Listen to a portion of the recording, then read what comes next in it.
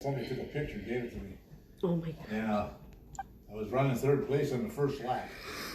And the guy in front of me on BSA, he fell down and ran right over him.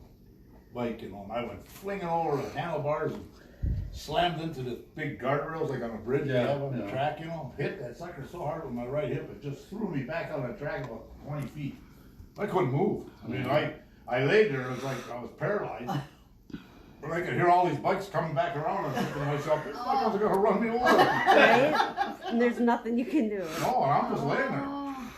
And then all of a sudden I heard the guys, with the hard XRs and it's shifting down, and I go, oh good, they know I'm laying there. The ambulance comes roaring in, two old geezers. And they come out and they looked at me, and then one guy grabbed the blanket and threw it over my head, he's dead. They look down. He didn't Yep. even check your pulse or he's dead. Oh, he's dead. And I remember I got scared, I could move his hand. I pulled it down and he said, oh, he's alive.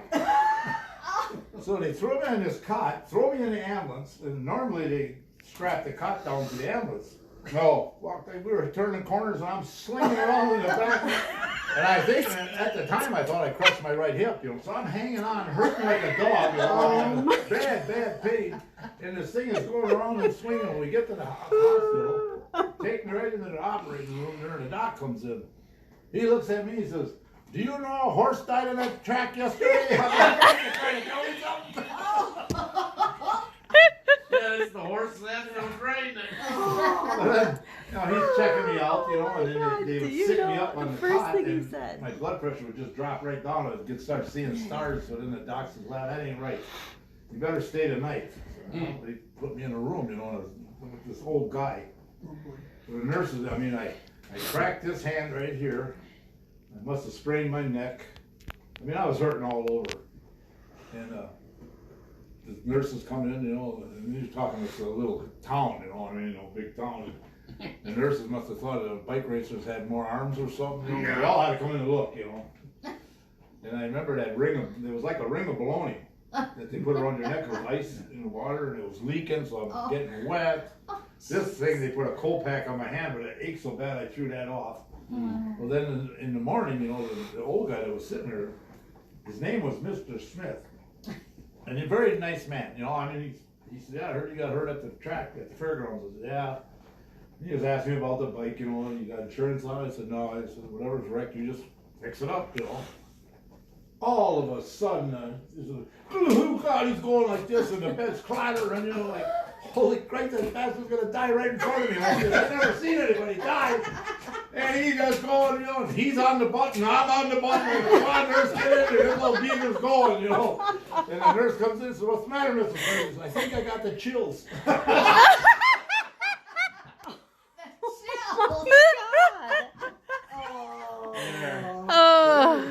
An hour later, the doc comes in. I said, Doc, I got to get the hell out of here. I said, I got to go racing by Eau Claire today. My sister, Cindy. He's a very smart doctor. He looked at me and says, For Adriana later.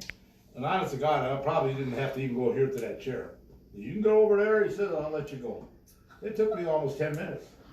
I was hurting that bad. When I got there, I looked out and said, I don't think I'm racing today. He just laughed. Then my buddy picked me up. A girlfriend I had at the time, and they put me in the van, and got the bike strapped in her, and the forks are bent back, and the spokes are ripped out of the hub, but the tires got air in it. We're heading down the road, and all of a sudden I hear this hissing. Hear the tire in the Triumph goes flat right in front of my eyes. Well, that's poetic justice. I said, yeah. Oh. All that time it waited to go flat.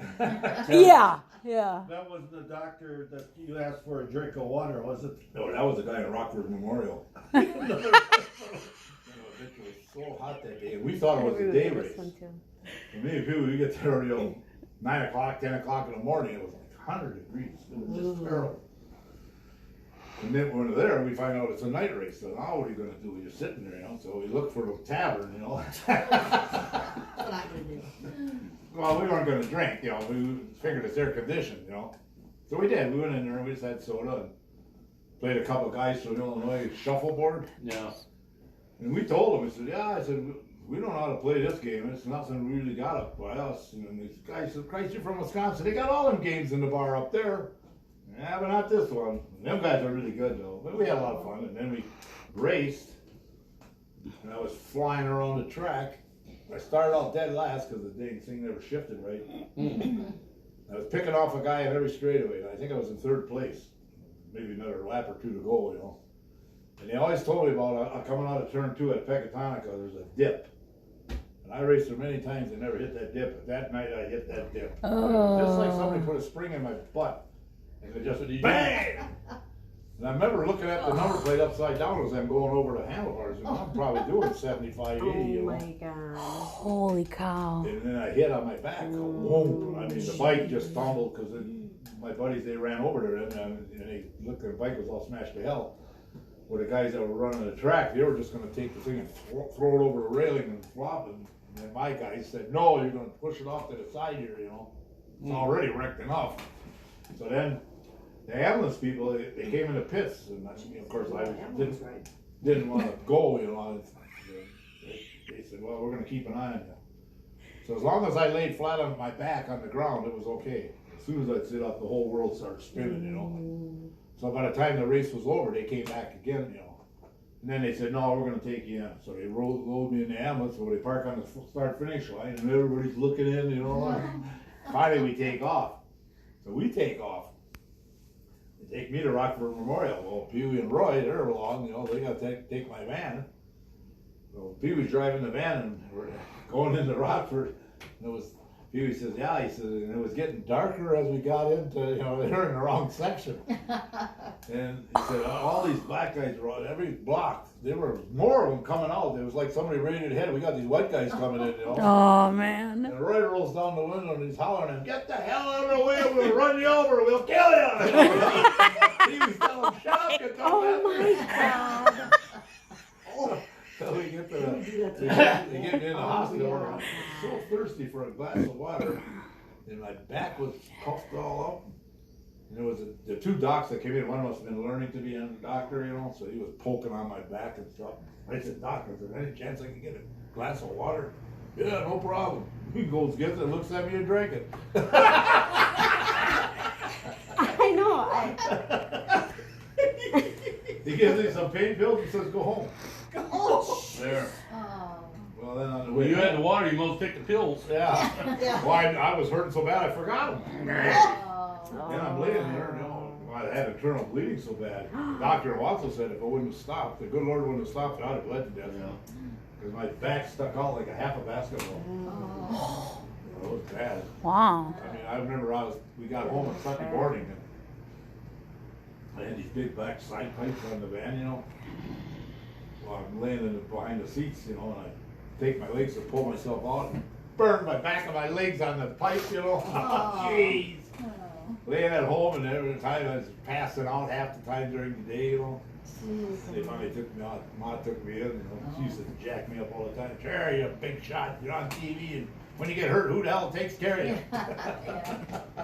Imagine you're doing all that stuff now. How many helicopter rides did they have? Oh God. Oh, man. You'd have you in that helicopter. I pissed him You on. would have had your wings. Yeah. Yeah. I pissed him on. The last ride I had was over at Luxembourg. They charged me $75. I jacked up that guy. It's outrageous. Yeah, it's like 75,000. $75, yeah. It's our Yeah, family ridiculous. friend. It's his birthday today, and See, we back in the day, just though, love when I got hurt, they talking guys shit would run the race with back me, in the you know, day. and like I said, they were 50, 70. Oh yeah. They would Yeah.